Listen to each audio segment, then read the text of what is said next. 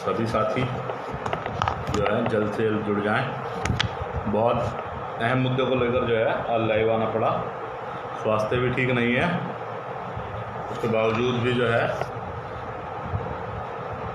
आप लोगों के बीच में बहुत सारी जानकारियाँ रखनी है जो पूरे देश भर में बहुजन समाज के ऊपर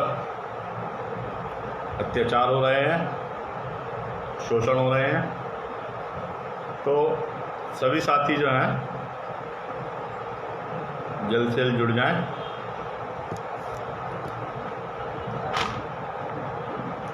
सबसे पहले तो कल हमारे बीच हमारे धर्मगुरु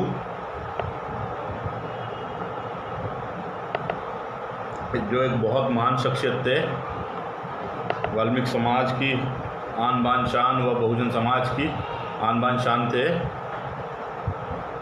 वह हमारे बीच में नहीं रहे। जो कि चीना जी महाराज, हमारे धर्मगुरु चीना जी महाराज हमारे बीच में नहीं रहे। उन्होंने जो है काफ़ी लंबे समय तक समाज को दिशा देने का काम किया। तो उनको जो है दोनों हाथ जोड़ के नमन, शत नमन। एक और महान शख्सियत थी हमारे बीच में, बौद्धाचार्य शांति स्वरूप जी, जो हमारे बीच नहीं रहे और बहुजन समाज के लिए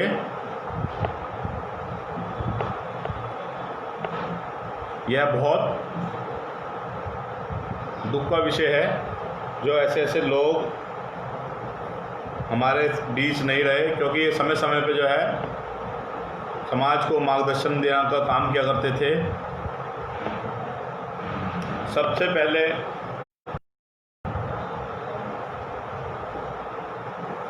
सभी बहुजन महापुरुषों को नमन करते हुए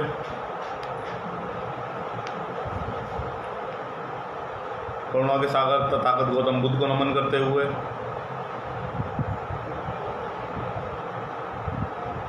रामायण के रचयिता गुरु वाल्मीकि भगवान को नमन करते हुए, संतों में संत शिरोमणि रविदास जी को नमन करते हुए,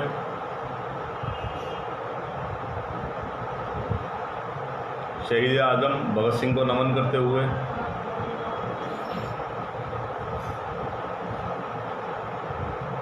नारी मुक्ति के दाता, संविधान के रचयिता, सिंबल ऑफ नॉलेज बाबा साहब भीमराव अंबेडकर को नमन करते हुए, मौलाना अब्दुल कलाम को नमन करते हुए, सिंह को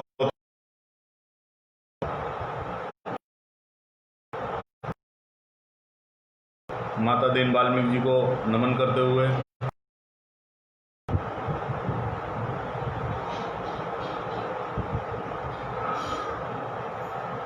आरक्षण के जनक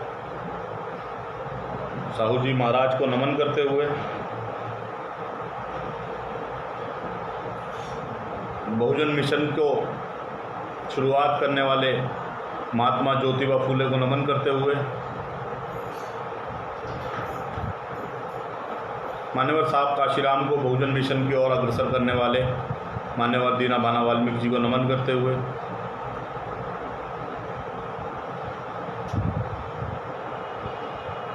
विभिन्न जातियों में बटे हुए बहुजन समाज को एक करने वाले मान्यवर साहब काशीराम जी को नमन करते हुए, और भी बहुजनों में जन्मे सभी बहुजन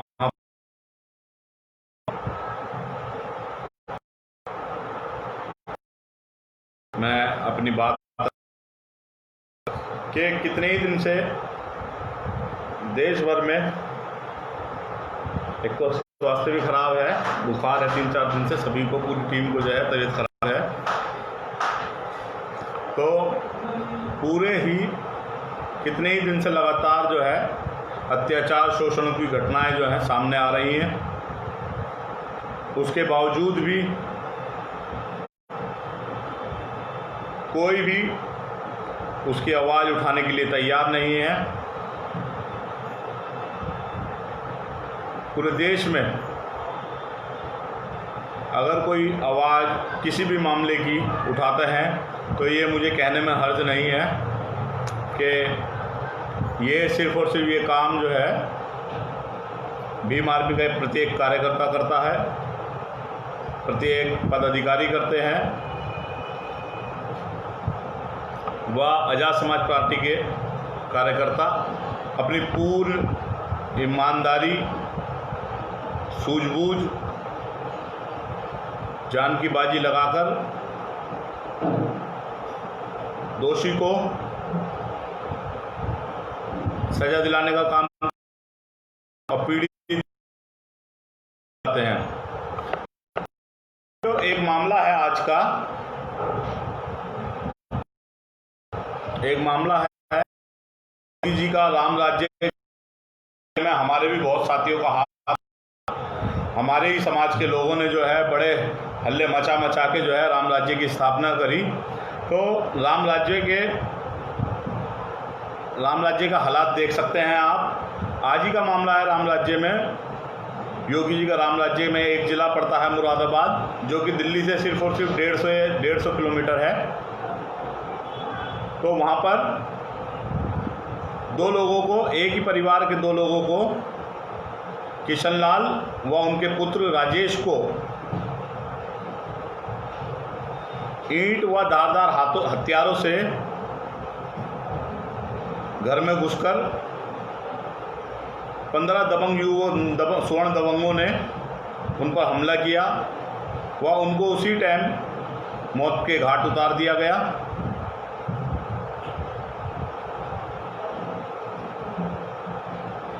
पूरे देश में कहीं भी किसी ने आवाज़ नहीं उठाई, कोई भी लोग नहीं है जो उनके लिए आवाज़ उठाएं। मगर धन्यवाद करना चाहूँगा भीम आर्मी के प्रत्येक कार्यकर्ता का जो वहाँ लगे रहे और दो लोगों को गिरफ्तार अभी तक करा चुके हैं और प्रशासन से बात चल रही है कि बहुत जल्द सारे के सारे लोग जो हैं गिरफ्तार कर लिए जाएंगे। 302 के तहत SC/ST एक्ट के तहत जो है मुकदमा जो है दर्ज हो गया है। मगर कब तक ऐसे हमारे समाज के लोग, कब तक हमारे भाई ऐसे मरते रहेंगे? लोग तो और भी हैं जिनको आवाज़ उठानी चाहिए थी, मगर नहीं। MLA भी हैं, MP भी हैं, 2 MLA भी काफ़ी सारे हैं, मगर नहीं। वो तो सिर्फ़ और सिर्फ वोट मांगने के लिए उस टाइम पे वाल्मीकि होते हैं, उस टाइम पे दलित होते हैं। और जब दलितों पर अत्याचार होते हैं, जब दलितों के साथ शोषण होता है, जब उनकी माता बहनों के साथ शोषण होता है, तो वो सिर्फ़ और सिर्फ पार्टी के गुलाम होते हैं। एक मामला और है साथियों, कल ही का है, आगरा जो दलितों की राजधानी बताई जाती है। आगरा शहर का मामला है ये भी जो है योगी जी के राम राज्य की ही है घटना है, जहाँ वाल्मीकि समाज का एकमातपुर में एक मामला है। वाल्मीकि समाज वहीं पे रहता है। एकमातपुर एक एरिया है, एकमातपुर, वहाँ पे 16 साल के बच्चे की मृत्यु हो जाती है किसी कारणवश। तो ठाकुर समाज के लोगों ने जो है उसकी शव यात्रा निकालने से भी जो है मना किया और शव यात्रा निकालने से रोका गया। तो वहाँ पे उसका विरोध हमारे लोगों ने किया, तो वहाँ पे पथराव हुआ, गोलियाँ चली और फिर बाद में एंड में हुआ क्या कि हमारे ही लोगों को पुलिस ने उठाकर बंद कर दिया। मगर सलूट है उन भाइयों को जो वहाँ पे अड़े रहे और उधर से ही शव यात्रा को निकाला। उनकी वीरता को भुला नहीं सकते। क्योंकि वे समाज के ऊपर कितने भी अत्याचार हो रहे हैं सवर्णों के द्वारा, उसका से विरोध कर रहे हैं, अपने लोगों के साथ खड़े हैं। एक और मामला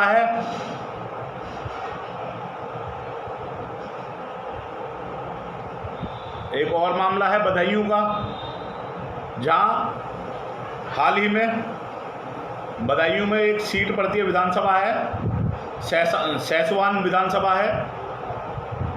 वहाँ पे रसूलपुर कला गांव है, उसमें वाल्मीकि समाज के लोगों के बाल काटने से मना कर दिए गए। सवर्णों के दबाव के कारण नाई ने वाल्मीकि समाज के लोगों के बाल काटने से मना कर दिए गए। मगर धन्यवाद है वहाँ की टीम का।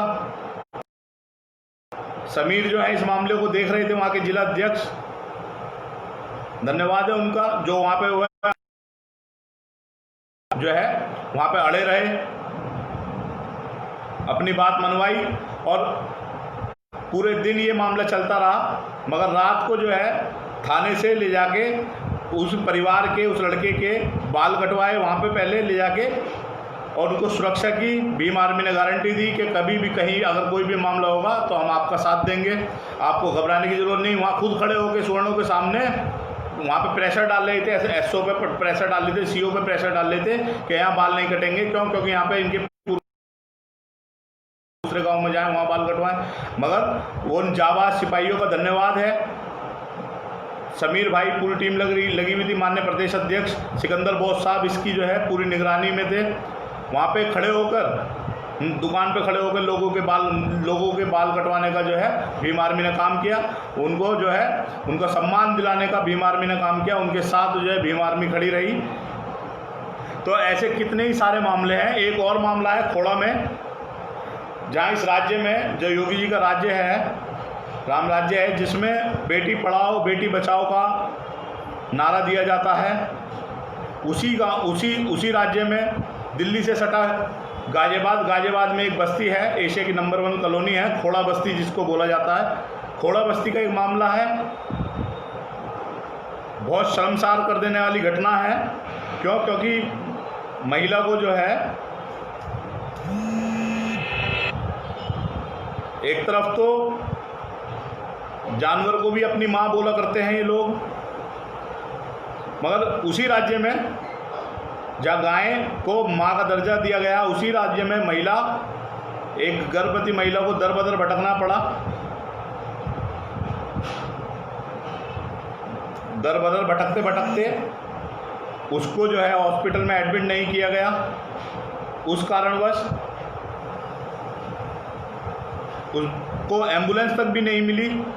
कभी किसी हॉस्पिटल में, कभी किसी हॉस्पिटल में भटकती रही, उसको एम्बुलेंस भी नहीं मिली। इस कारणवश उसकी मौत हो गई, उस बच्चे की जो है मौत हो गई। तो बड़ा दुख का विषय है ऐसे राज्य में जहां हमारे युवाओं ने जो सपना देखा, युवा वहां पे सपना देख रहे थे राम राज्य का।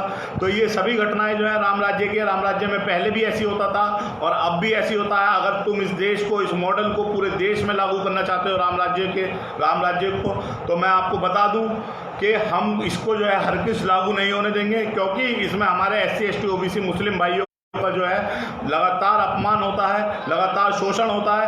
अगर आप लोगों को, उन नौजवानों को अगर आदत पड़ गई है राम राज्य स्थापित करने की, तो मैं ये भी बता दूं आपको कि राम राज्य जो है किसी भी हालात में हम लोग नहीं होने देंगे।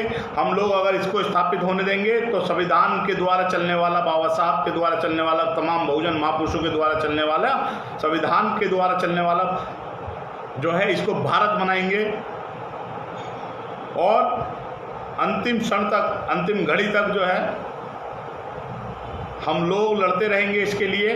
क्यों? क्योंकि ये देश जो है संविधान से चलेगा, ना कि मनु के विधान से चलेगा। ये देश चलेगा तो बाबा साहब के विधान से चलेगा। ये देश चलेगा तो तमाम बहुजन महापुरुषों के विधान से चलेगा, जिसमें इन्होंने काफ़ी लंबा 108 साल पुराना संघर्ष किया, 108 साल संघर्ष किया। उसके बावजूद, उसके बाद जाके ये जो है ये संविधान बना। मगर हमारे युवा साथी और कुछ मनुवादियों के बहकावे में आकर इस देश को जो है, इस देश को, इस राज्य को, जो उत्तर प्रदेश राज्य है उसमें राम राज्य स्थापित करना चाहते हैं। मगर नहीं, ये हर किस जो है भीम आर्मी का कार्यकर्ता होने नहीं देगा। ये अगर ये पूरा देश चलेगा तो सिर्फ और सिर्फ जो चलेगा तो बाबा साहब के संविधान से चलेगा। साथियों, एक मामला और है और मेरा पूरा विश्वास है कि हम लोग जो हैं, आपको जैसे कि आपको पता है, पूरे देश में सभी को पता है कि लगातार जो है दलितों पर अत्याचार, मुस्लिम भाइयों पर अत्याचार और तमाम SC ST OBC समाज के हक अधिकारों को जो है छीना जा रहा है। अभी टीचिंग की भर्ती हुई, 63,000 जो हैं भर्तियां हुई हैं उसमें।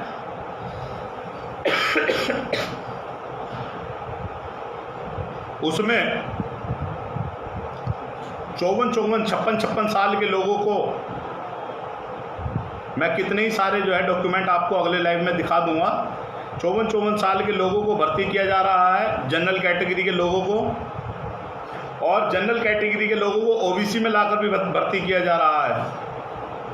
तो साथियों, अपने हक अधिकारों को पहचान जाएं, क्योंकि मेरा ये मानना है, मेरा पूरा विश्वास है कि जिन लोगों की लंबे समय तक शासन प्रशासन में भागीदारी नहीं होती है, वह लोग अंत में आके गुलामी की ओर अग्रसर हो जाते हैं। और मैं देख रहा हूँ अपने नौजवानों में, वह लोगों को, उन नौजवानों को जो है गुलामी की आदत पड़ गई है। तो मैं उन सभी से अनुरोध करूँगा कि वे लोग जो है जाग जाएं, वे लोग अपने बहुजन महापुरुषों का इतिहास पढ़ लें। जिस कौम को गुलामी की आदत हो जाती है, वह कौम कभी भी जो है सर उठा के नहीं जीती है।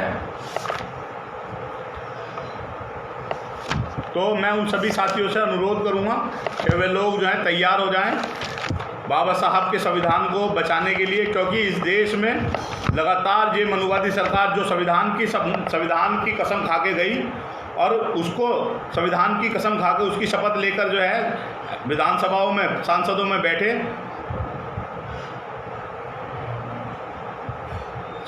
बैठे, और फिर उसके बाद उसी संविधान को ख़त्म करने का काम कर रहे हैं, हमारे हक अधिकारों को ख़त्म करने का काम कर रहे हैं। तो मैं आप सभी लोगों से अनुरोध करूंगा, युवा पीढ़ियों से अनुरोध करूंगा, कुछ लोग ऐसे हैं जो भीम आर्मी को बदनाम करने के लिए बार बार जो है नए नारे, जय श्री राम, जय वाल्मीकि के नारे लगाते हैं। आज वो लोग कहाँ हैं? जब तमाम मैंने घटना इतनी सारी बताई, उसके ऊपर क्यों वो आवाज़ नहीं उठाते? वे क्यों नहीं बोलते? क्या आइडियोलॉजी में जो है ये बात सेट नहीं होती? क्यों? क्योंकि जो है दलितों के ऊपर जिनको कुत्तों की तरह रोटी डाली जाती है आरएसएस के द्वारा, उनकी आइडियोलॉजी में ये बात कभी सेट नहीं बैठती कि वह लोग जो हैं अपने लोगों पर हो रहे अत्याचारों का विरोध करें। क्यों? क्योंकि वो तो सिर्फ और सिर्फ तोड़ने का काम करते हैं, बहुजन समाज को अल्पजन बनाने का काम करते हैं। तो मैं एक बात और भी बता दूं, टुकड़ों में बटे हुए समाज कभी भी जो है शासक नहीं बन सकता। हमारे को बहुजन समाज बनाने के लिए देश भर में घूम कर सभी जातियों से भाईचारा पैदा करना होगा। उस भाईचारे को पैदा करके बहुजन समाज बनेगा, और उस बहुजन समाज के द्वारा जो है इस देश में बहुजनों का राज आएगा, ना कि एक जाति एक धर्म के माध्यम से बहुजनों का राज आएगा। बहुजनों के शासक कभी भी जो है एक जाति एक धर्म के नाम से नहीं आएगा। अगर बहुजनों के शासक आएंगे तो ये लोग तो चाहते हैं, ये लोग तो अंग्रेज़ों को इन्होंने बोला कि अंग्रेज़ों ने जो है डिवाइड एंड रूल की पॉलिसी तैयार करी, मगर मैं आपको बता देना चाहता हूँ अंग्रेज़ों ने हमको जो है 4 भागों में बांटा, हिंदू, मुस्लिम, सिख, ईसाई। मगर अंग्रेज़ों के जाने के बाद वो पॉलिसी, जो डिवाइड एंड रूल की पॉलिसी जो है, उन लोगों ने जो इस देश में लंबे समय तक शासक रहे, 5000 साल पहले तक जिनका जो है कार्यकाल चलता रहा, उन लोगों ने इस देश के 4 वर्णों के लोग, चार जातियों में बटे लोगों को 6743 जातियों में बांट दिया गया, और बहुजन समाज को जो है अल्पजन बना के जो है छोड़ दिया गया। कोई भी समाज कभी भी इस देश का शासक नहीं बन सकता। एक अकेली जाति जो है कभी भी किसी देश की, कभी किसी प्रदेश का शासक नहीं बन सकता, क्योंकि बाबा साहब ये बात कह के गए। साहब काशीराम दीनाभाना वाल्मीकि साहब जो है काफ़ी लंबे अरसे तक इस बात पे चर्चा करते रहे और कहते रहे, और लगातार जो है लोगों को जब समझाते रहे, जागरूक करते रहे कि टुकड़ों में बटा समाज कभी भी देश का शासक नहीं होगा। और इन तमाम घटनाओं के लिए, जो मैंने घटनाएँ बताई, इन तमाम घटनाओं के लिए अगर हमें मुक्ति पानी है तो हमें इस देश की जो है सत्ता पे काबिज होना पड़ेगा। क्योंकि बहुत सारे एग्जाम्पल हैं साथियों कि उन लोगों पर कभी अत्याचार नहीं होते जो इस देश के शासक हैं। आप इसका एग्जाम्पल ले सकते हैं। यहाँ पे इस देश में विभिन्न जातियों के लोग आए, यहाँ पे आर्य आए, उनके परिवार के साथ, उनके लोगों के साथ कभी अत्याचार नहीं हुए। यहाँ पे जो है मुग़ल आए, उनके साथ कभी अत्याचार नहीं हुए। यहाँ पे अंग्रेज आए, उनके साथ कभी अत्याचार नहीं हुए। यहाँ पे जो है और भी सभी लोगों का, 3% वाले लोगों का जो है शासन रहा, 70 साल शासन रहा, मगर उनके ऊपर कभी अत्याचार नहीं हुए। तो कहीं ना कहीं इस बात से ये सिद्ध होता है कि हुक्मरानों के साथ, हुक्मरानों के परिवार के साथ, हुक्मरानों की माओ बहनों के साथ कभी अत्याचार नहीं होते। तो इससे ये बात सिद्ध होती है। और बाबा साहब ये बात कह के गए थे कि जाओ अपने घरों की दीवारों पे लिख दो कि हमें इस देश की शासक जमात बनना है, हमें इस देश का शासककर्ता बनना है। क्योंकि बाबा साहब ये चाहते थे कि जिस कौम में मैं पैदा हुआ हूँ, जिसने जो है हज़ारों सालों से शोषण सहे हैं, जिसने हज़ारों साल से अत्याचार सहे हैं, जिन्होंने हज़ारों सालों से जो हक अधिकारों से वंचित रहे हैं, वो इस देश का शासक बने, वो इस देश की शासक जमात बने।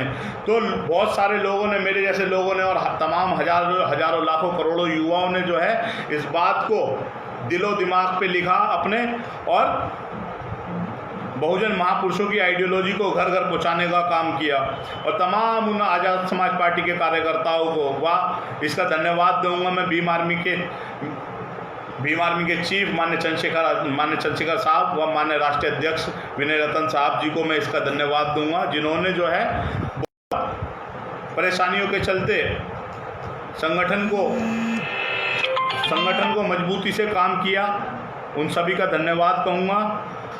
भाई कमल सिंह वालिया, मंजीत नोटियाल, शिवम खेवड़िया, जो मनुवादियों के चाल के चलते काफ़ी लंबे समय से जेल में हैं, उनका भी जो है बहुजन समाज को एक करने में, बहुजन समाज को सशक्त करने में, युवाओं में क्रांति भरने में, ताकत भरने में, युवाओं को एक करने में उनका भी बड़ा योगदान रहा। तो मैं अपनी आखिरी बात को ख़त्म करते हुए मैं ये बात कहूँगा, जो संघर्ष हमारे बहुजन महापुरुषों ने किया था, वो चाहे वे साहू जी महाराज,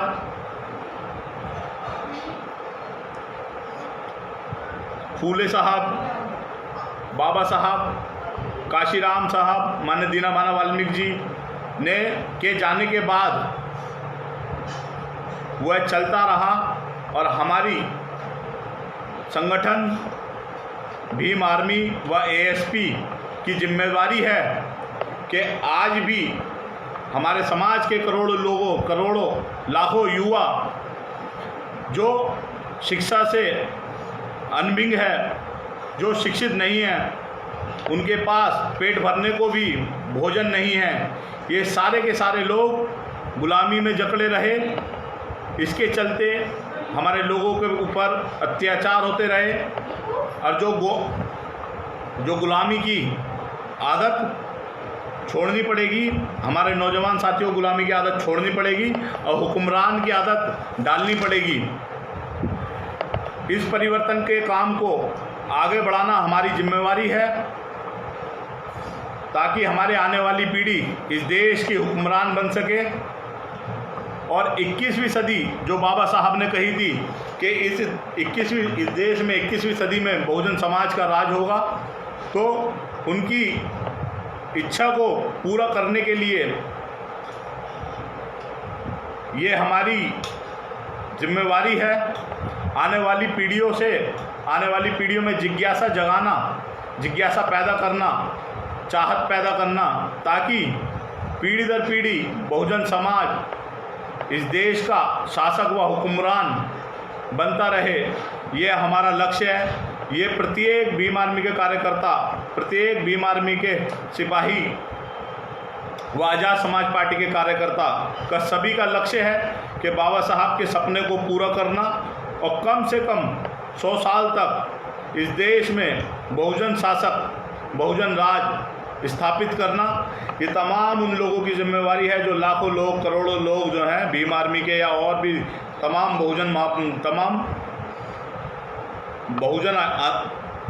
संगठनों के लोग जो लगे हुए हैं, उन सब लोगों की जिम्मेवारी है कि इस देश में बाबा साहब के सपने को, जो माननीय दीनदयाल वाल्मीकि साहब काशीराम ने मिलकर एक साथ देखा था कि इस देश में कहीं ना कहीं बहुजन समाज का शासक हो, और वो हो भी जाता बहुत समय पहले, मगर किस कारणवश जो है नहीं हो पाया। तो मैं ये भी कहूँगा, जो जब नहीं किया वो आज करेंगे। संविधान को अपना देवता मानेंगे और पार्लियामेंट, विधानसभाओं को अपना मंदिर मानेंगे और वहाँ पे जाने की तैयारी करेंगे, और कौम को जो है, अग्रसर कौम को जो है तैयार करेंगे। बाबा साहब का इशारा, जो बाबा साहब ने उंगली दिखाई कि जाओ और इन सभी चीज़ों पे जो है काबिज हो जाओ, इन सभी चीज़ों पे जो है अपना हक अधिकार जमा लो। अन्यथा अगर एक ऐसा दिन आएगा कि जब इन पर जो है आपका अधिकार नहीं रहेगा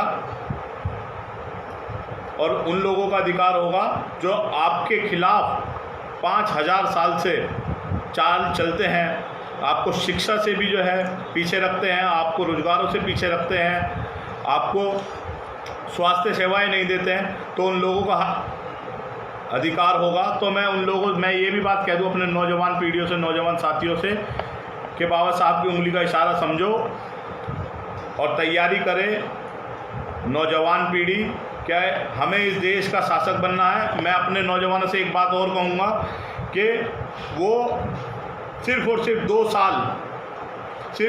2 साल जो उन्होंने, बहुत सारे लोगों ने, मेरे नौजवान साथियों ने बीजेपी को दिए, कांग्रेस को दिए, सपा को दिए और तमाम पार्टियों को दिए, आरएसएस को दिए, आरएसएस को दिए, हिंदूवादी सेनाओं को दिए। तो मैं उन तमाम साथियों से ये बात कहूँगा कि वो सिर्फ 2 साल भीम आर्मी को दें, आज़ाद समाज पार्टी को दें। अगर देखिए, दुख तो उनके मन में भी है, जो लोग जो हैं, मैं समझता हूँ उनकी बात, क्योंकि उनकी बात वहाँ मानी नहीं जाती है। आरएसएस में है हमारे लोग, बजरंग दल में है हमारे लोग, शिवसेना में हमारे लोग, हिंदू युवा वाहिनी में, तमाम संगठनों में उनको भी दुख है कि उनके समाज के ऊपर अत्याचार होते हैं, मगर क्या करें, कहीं ना कहीं उनकी जो है वहाँ पे चलती नहीं है।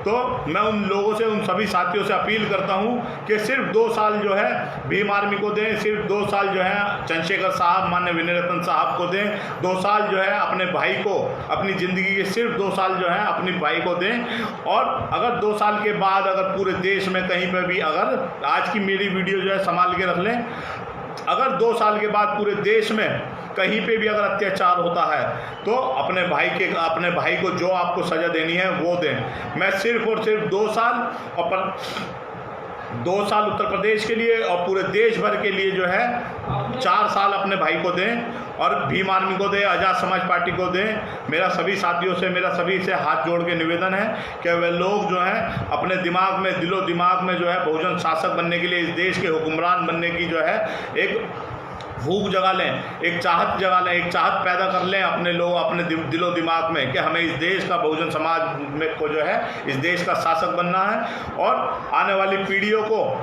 गुलामी की तरफ से मोड़कर उनको उनके हक अधिकारों के लिए लड़ना है।